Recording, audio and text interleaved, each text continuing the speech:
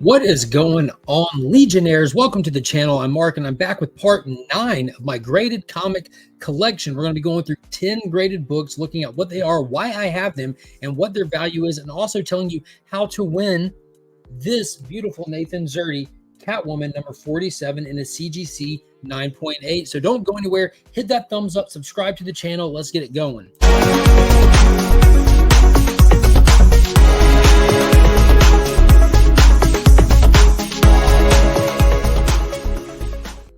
Huge shout out to the homies over at Big Time Collectibles. Be sure to check them out at their website. Follow them on social media.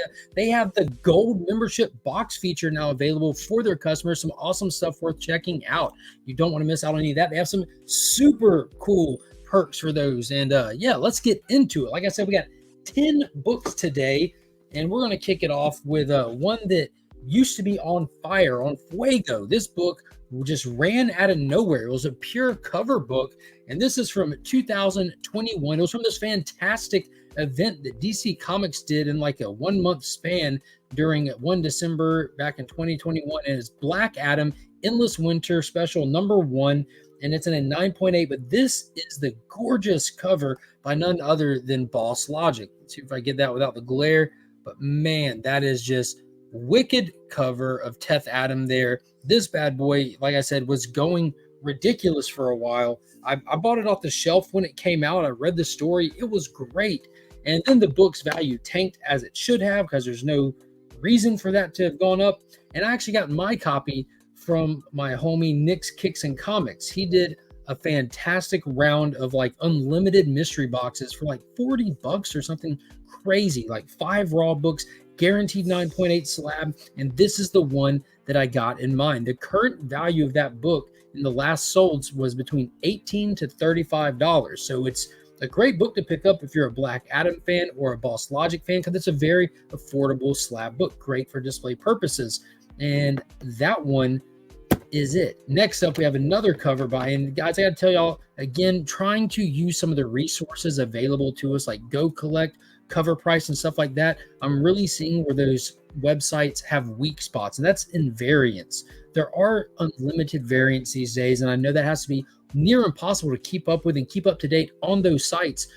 But this was just a standard B cover, and it wasn't even listed on there. And for a cover that was like hitting like hot spec lists for a while and it never made it there, it's just mind-blowing. So I had to check eBay for that one, and I had to check eBay for the next one as well, and it wasn't even there. And I don't know what's going on with that, because this is a famous artist. The other versions of this book you can find on eBay, but this was a Scorpion Comics exclusive for Mighty Morphin Power Rangers number 40.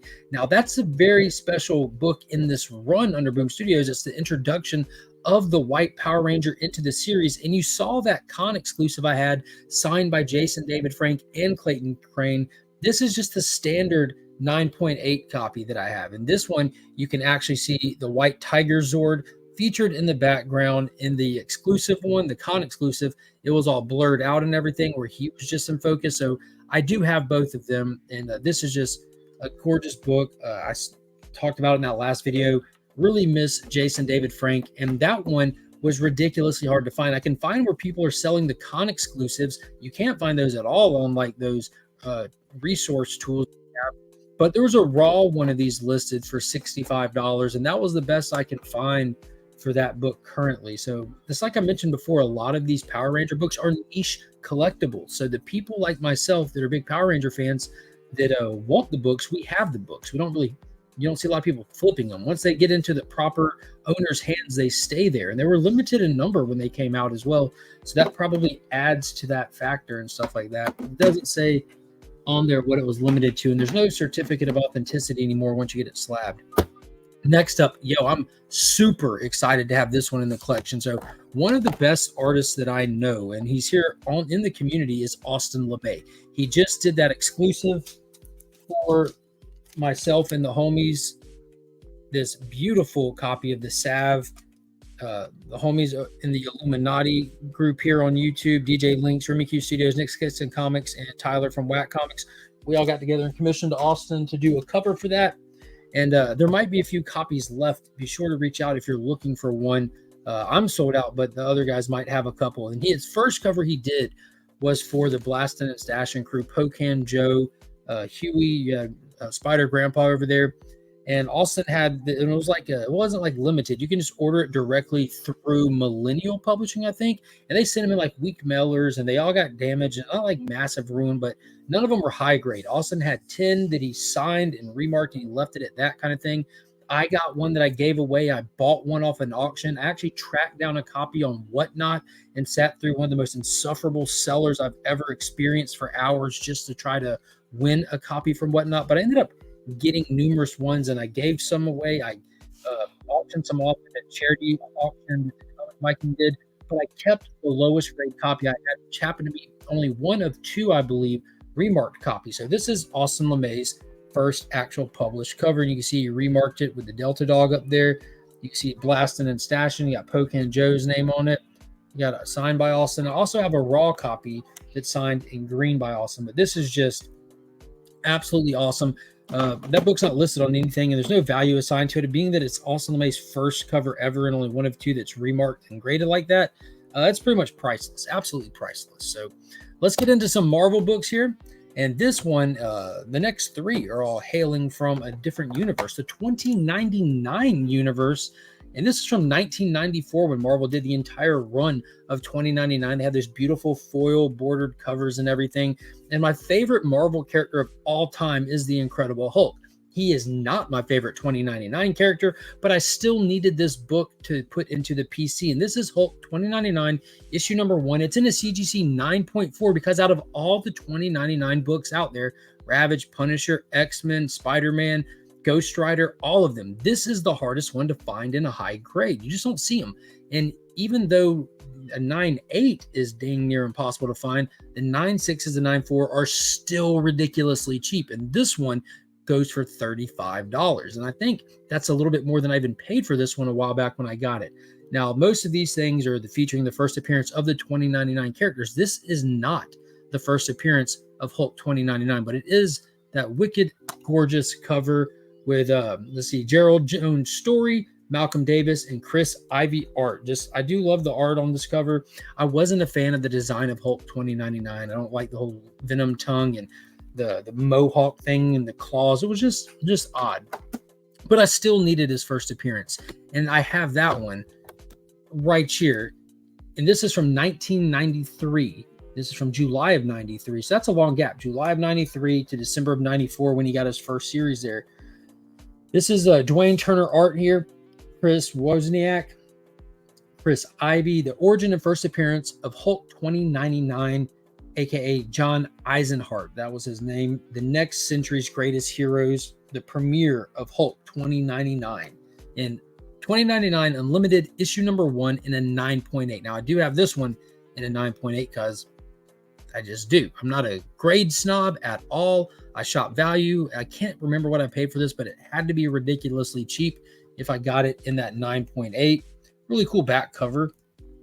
And this one's current value is only $71. Just Hulk 2099 just never took off like the rest of them. But that is just a wicked, awesome book to have. I love the 2099 characters. Like I said, Hulk is not my favorite. He's not even my second favorite. I got to tell you, Ghost Rider 2099 is probably my second favorite. But believe it or not, my first favorite, and I've said it tons of times on the channel, he's my favorite Spider-Man, and that's going to be Spider-Man 2099. And this one's from November of 1992. This one I have it's a respectable grade of 9.8. So I got tons of these books. I've given a bunch away along the way on the channel here. And this is just like my favorite cover they've done for any of the 2099 ones. The red pops, Miguel is just the man. I was very worried about watching the new Spider-Verse movie that they're going to make him a terrible person. And they didn't really butcher him or anything. He's got some redeeming to do, but he was still awesome in the movie.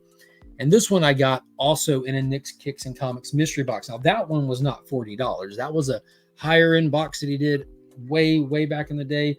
And Peter David's story, Peter David really explains it all, doesn't it? Like Peter David, phenomenal writer. I still pick up his stuff that he does these days. But Origin of Spider-Man 2099, Miguel O'Hara, red foil cover. They do not cite this as his first appearance, as obviously Spider-Man 3 whatever that he's in the preview pages of. There's no consistency to previews being first appearances or not. Like Invincible had like 13 previews and numerous different titles, but everyone goes after Invincible #1. So it's really just the market that determines it. But this Spider-Man 2099 issue #1 is definitely a highlight in the PC for me. I've got plenty of Spider-Man stuff. I don't get it showcased or graded a lot. It's one of the few Spider-Man books I've graded. And its current fair market value for a 9.8 per cover price is $147. So it's come down a good bit since 2 years ago. It was upwards around $250, I believe. But let's get into it. The next four, the last four for the video, are all themed. But before we go any farther and get into these, I do want to remind everybody to set your calendars, reach out. But Comics Curing Cancer 2023 is a go. We have the date set for October 20th through October 22nd. It's going to be a fantastic time. A lot of planning's going into this one. Myself, Rob's Fat Stacks of Comics, and DJ Links are working hard to get it all organized and hoping to beat our goal last year. We raised $22,000 this year. We're going for $25,000. So be sure to follow the Instagram page for Comics Curing Cancer that we have set up, so you don't have to cross streams. You can reach all three of us on that one Instagram page to make things a lot easier. We're looking for donations or participations, or if you we're still building out the event and going heavy into the donation phase of it right now. You can also follow that page to see the stuff that's been donated thus far that we have in hand.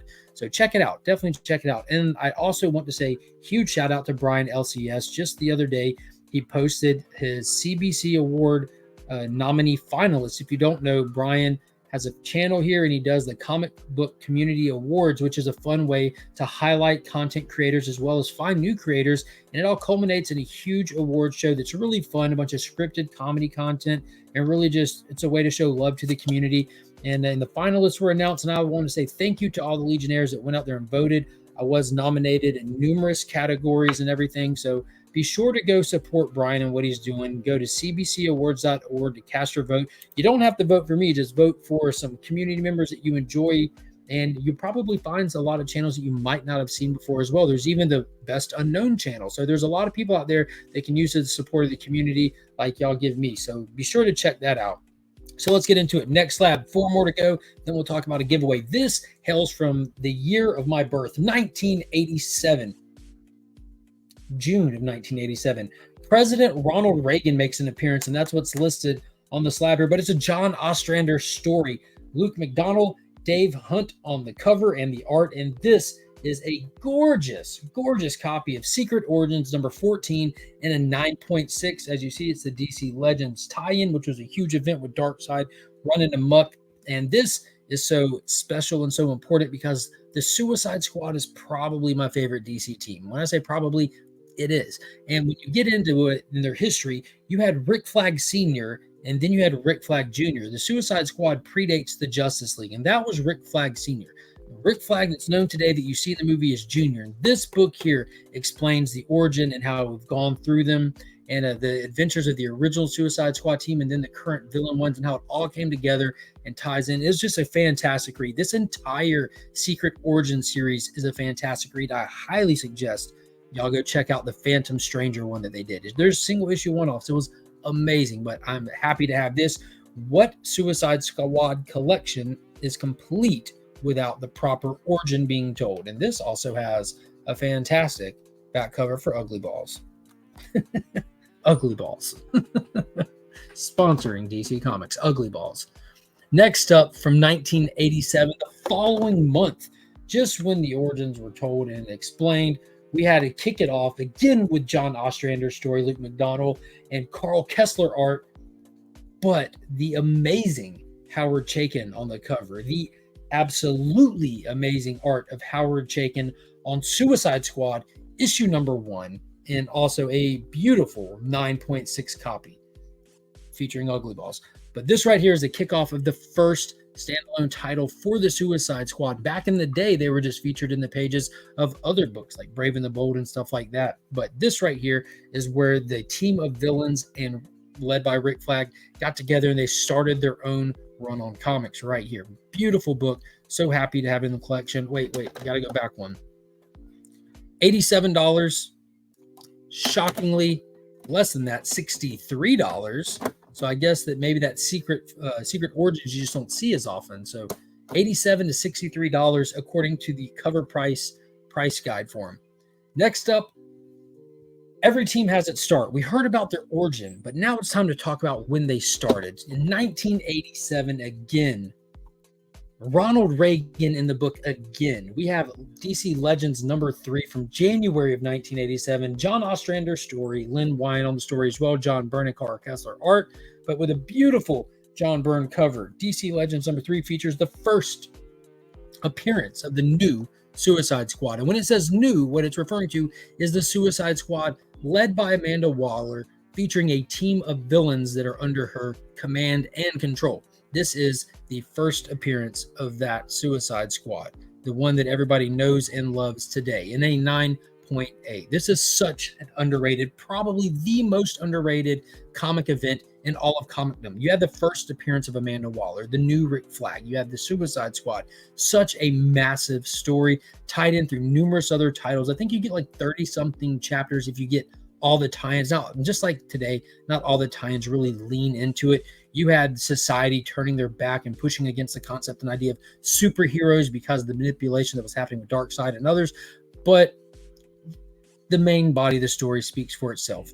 But this is just such a great series. And yeah, that is just awesome. RIP Blockbuster there. If you read this, just like in true Suicide Squad fashion, he goes out in a blaze of glory just in that first issue. So the next and last book, then we'll talk giveaway entries, is easily one of the pride and joys of my PC. Easily one of my favorite books.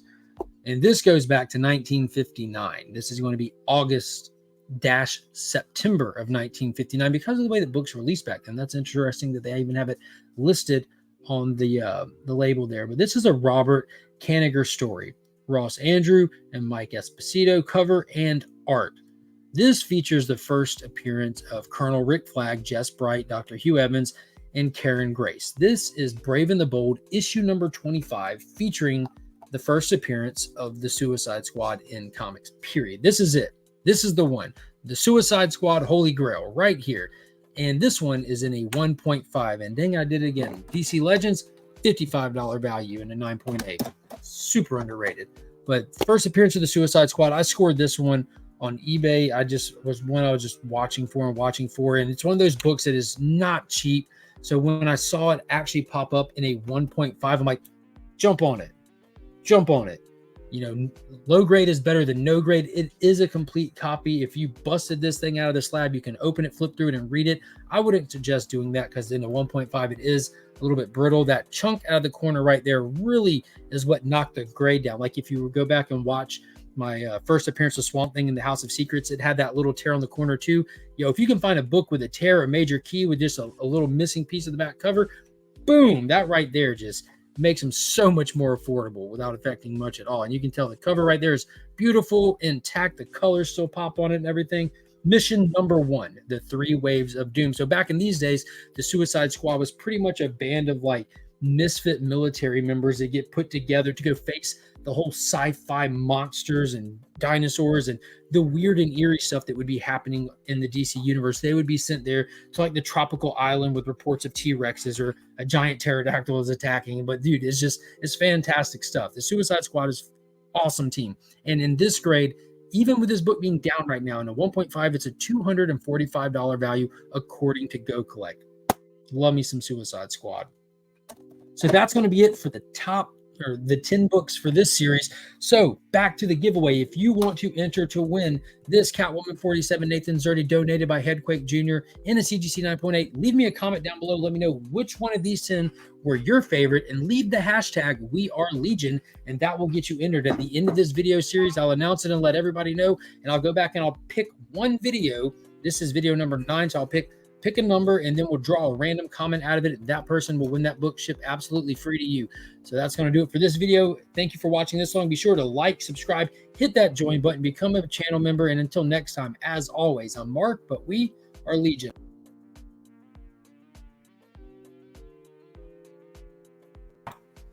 We are Legion. Yeah.